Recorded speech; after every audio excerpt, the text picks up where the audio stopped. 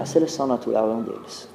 A seleção natural, segundo Darwin, seria o mecanismo pelo qual a vida teria evoluído.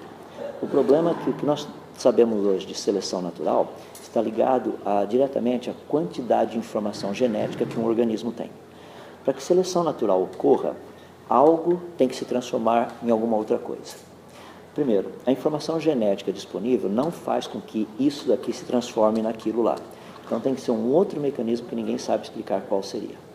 Segundo, é que se isso for transformar naquilo, vamos pegar um exemplo prático, uma boa pata de um réptil. Tá? Vamos imaginar que essa boa pata iria evoluir e lá na frente esse animal que tinha pata seria uma ave, então agora teria asas. Para que essa boa pata se transforme numa boa asa, aqui no meio ela não seria nem uma boa pata, nem uma boa asa.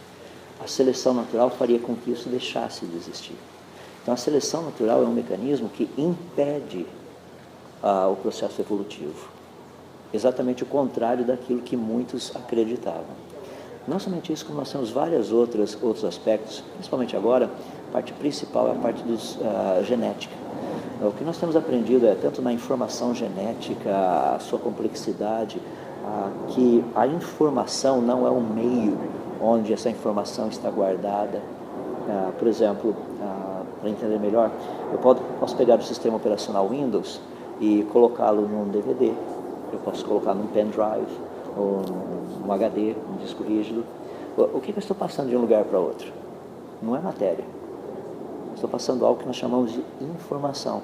E informação e onde a informação está guardada são duas coisas diferentes. Por muitos anos as pessoas achavam que a informação e aonde a informação estava guardada era uma coisa só. Se eu descobrir a origem de onde essa informação está guardada, como que esse negócio chegou até aqui, eu saberia a origem da informação também. O que nós percebemos hoje é que isso não é verdade. A informação não está relacionada diretamente à origem da informação, não está relacionada diretamente à origem do meio onde a informação está guardada. E, por exemplo, o registro fóssil é algo fascinante também. Darwin, quando ele escreveu o seu livro, ele disse que o maior problema com a sua teoria é que não havia evidências de evolução. Em 1979, quando a teoria de Darwin completou praticamente 120 anos, saiu uma reportagem muito interessante. O Dr. David Raup, escrevendo a respeito do registro fóssil, disse que a situação não tinha melhorado muito e que até mesmo hoje, ou seja, em 1979, eles tinham muito menos fósseis que eram exemplos de evolução do que o Darwin tinha na época dele. Mas Darwin disse que ele não tinha nenhum. E hoje eles tinham menos. Essa conta para mim é estranha. Ou seja, a quantidade de evidências que nós temos mostrando que evolução nunca aconteceu, isso no registro fóssil, na genética, na biologia, nos processos naturais, é esmagadora. Continua sendo ensinado mais ou menos naquele mecanismo, você forçar a pessoa a aceitar por intimidação. Hoje um aluno não pode mais perguntar ao professor, mas professor, eu não concordo com isso, mas como assim? Geralmente nós somos assim meio que colocados no paredão. Olha, é possível, século XXI, você não aceitar uma coisa dessa, a teoria da evolução já foi provada. Isso é algo, existem evidências em todo lugar. Só para deixar claro e encerrando, se é teoria, é porque não foi provado ainda. É por isso que ela tem o nome de teoria da evolução. Tecnicamente não deveria ser nem teoria, deveria ser hipótese da evolução. Por quê? Porque teoria, ela necessita ser testável, e evolução não é testável. As pessoas falam, não, mas demora milhões de anos. Exatamente o que eu estou dizendo, não é testável.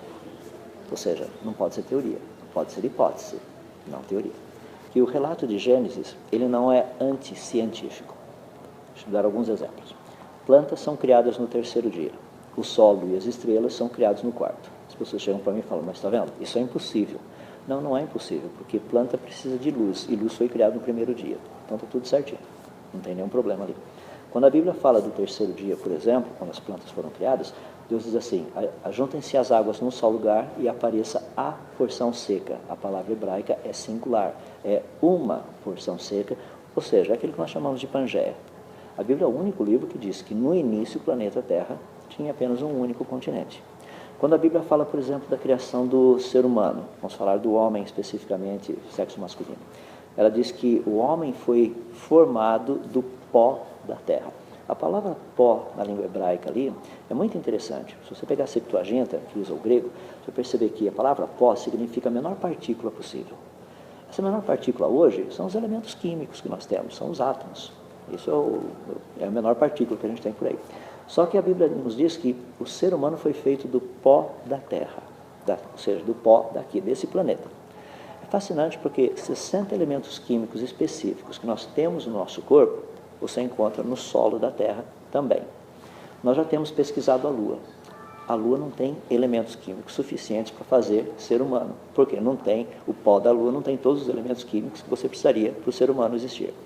Marte é a mesma coisa, Vênus é a mesma coisa, Mercúrio é a mesma coisa. As luas que já foram estudadas, o único planeta do sistema solar que possui elementos químicos para fazer o ser humano se chama Terra.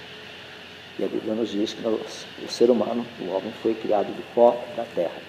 Quando nós chegamos na criação da mulher, as pessoas criticam, falam, mas esse exemplo aí, a maneira como a Bíblia coloca, é um absurdo. Olha só, Deus faz cair pesado sono sobre o homem, ele adormece, daí Deus tira uma costela, ele fecha o lugar com carne, dessa costela ele transforma numa mulher.